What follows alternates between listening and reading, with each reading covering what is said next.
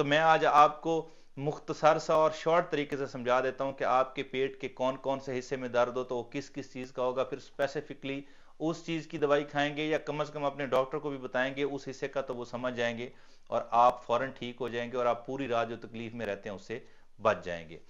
अब देखें ये अगर पेट के आप हिस्से कर लें, अगर आपको बिल्कुल मिड में दर्द हो रहा है, बिल्कुल ये जहां पे हड्डी खत्म होती है और ये नीचे यहां पे दर्द हो रहा है, तो ये आपको एसिडिटी हो सकती है, स्टोमिक पेन हो सकता है, मैदे का दर्द हो सकता है,